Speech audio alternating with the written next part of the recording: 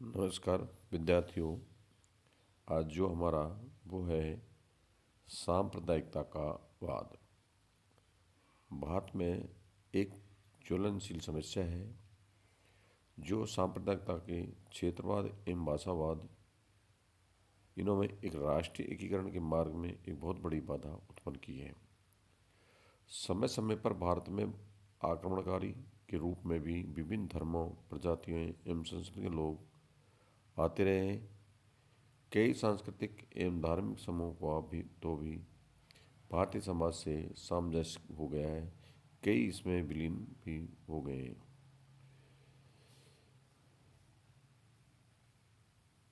भारत में सांप्रदायिक तनाव एवं दंगों में वे तनाव गंभीर और समस्याएं पैदा करते हैं जो हिंदू एवं मुसलमानों के बीच में हुए हैं।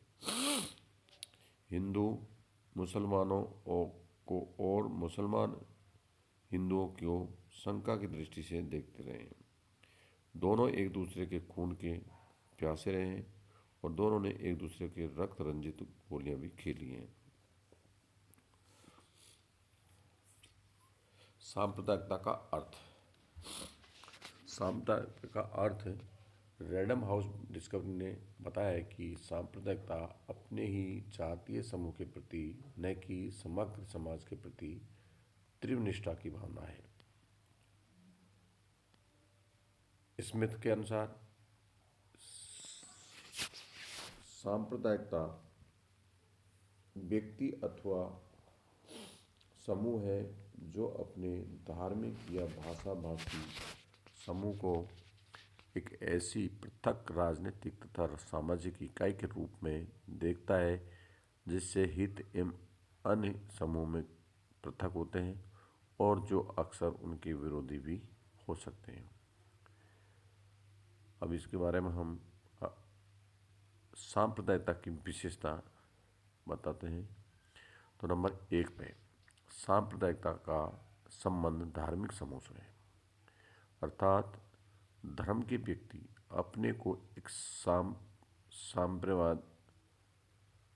संप्रदाय से संबंधित मानते हैं, किंतु जहाँ एक धर्म में ही विभिन्न मत मतांतर हैं वहाँ सांप्रदायिकता का संबंध धर्म में ही विभिन्न छोटे छोटे संप्रदायों से होता है।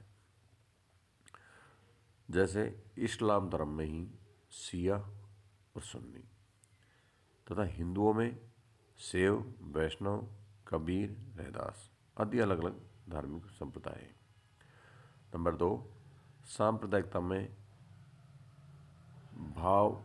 ये भाव विद्यमान होते हैं कि अपना ही धर्म श्रेष्ठ है, अपनी ही भाषा और संस्कृति श्रेष्ठ है।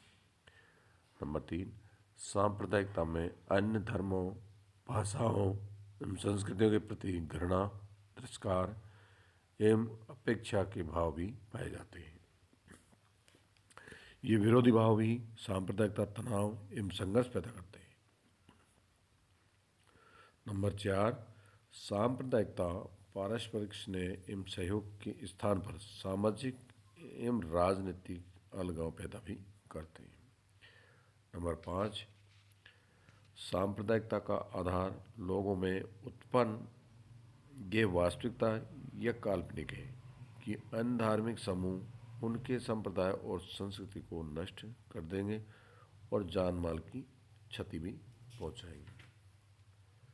तो हम कह सकते हैं कि सांप्रदायिकता वह संकीर्ण मनोवृत्ति है जो एक धर्म अथवा संप्रदाय के लोगों में अपने आर्थिक, राजनीतिक स्वार्थों की पूर्ति के लिए पाई जाती है और उसके परिणामस्वरूप विभिन्न धार्मिक समूह में तनाव एवं संघर्ष पैदा होते हैं।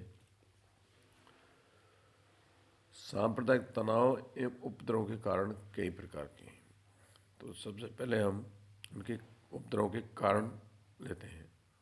तो नंबर 1, गोवध।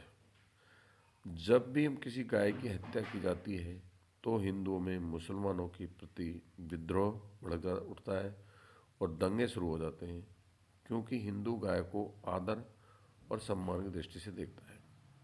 उसके साथ उसका भावात्मक लगाव है और वह उसे गौ माता के रूप में भी पूजते हैं। नंबर 2, मस्जिद के सामने गाने बजाने के कारण भी सांप्रदायिकता दंगे हुए हैं। नंबर 3, हिंदू द्वारा होली के अवसर पर मुसलमान पर रंग छिड़क देने पर भी सांप्रदायिक दंगे हुए हैं। मुसलमानों द्वारा मस्जिद में या मंदिर में तोड़ फोड़ करने या मूर्ति भंजन करने अथवा हिंदुओं द्वारा मस्जिदों में तोड़ फोड़ करने के कारण भी उपद्रव हुए हैं। नंबर 5, हिंदुओं के जुलूस पर पथराव करने अथवा मुसलमानों के धार्मिक जुलूस का या मुहर्रम के समय पथराव की घटना के कारण भी सांप्रदायिक तनाव बढ़ उठते हैं। नंबर 6, सांप्रदायिक तनाव का एक कारण मुसलमानों की देशभक्ति में यह विश्वास किया जाता है। नंबर 7, हिंदू एवं मुसलमानों का एक दूसरे के प्रति संदेह, भय एवं पूर्वग्रह की तनाव पैदा करते रहे। 8 पे, दोनों में आर्थिक प्रतिस्पर्धा एवं आर्थिक हितों की सुरक्षा को लेकर भी उपद्रव हुए हैं। नंबर 9, कई सांप्रदायिक उपद्रव जो केवल झूठी अफवाह फैलाने के कारण भी हुए हैं। नंबर 10, अराजक तत्वों ने भी इस प्रकार के दंगे भड़काए हैं क्योंकि दंगों के समय उन्हें लूट पाट करने एवं अपनी वासनाओं को तृप्त करने का अवसर भी मिलता है। नंबर 11, संकीर्ण राजनीतिक, जातिवाद, भाषावाद, भाई भतीजावाद एवं पक्षपात आदि के कारण भी कई समुदाय उपद्रव हुए हैं।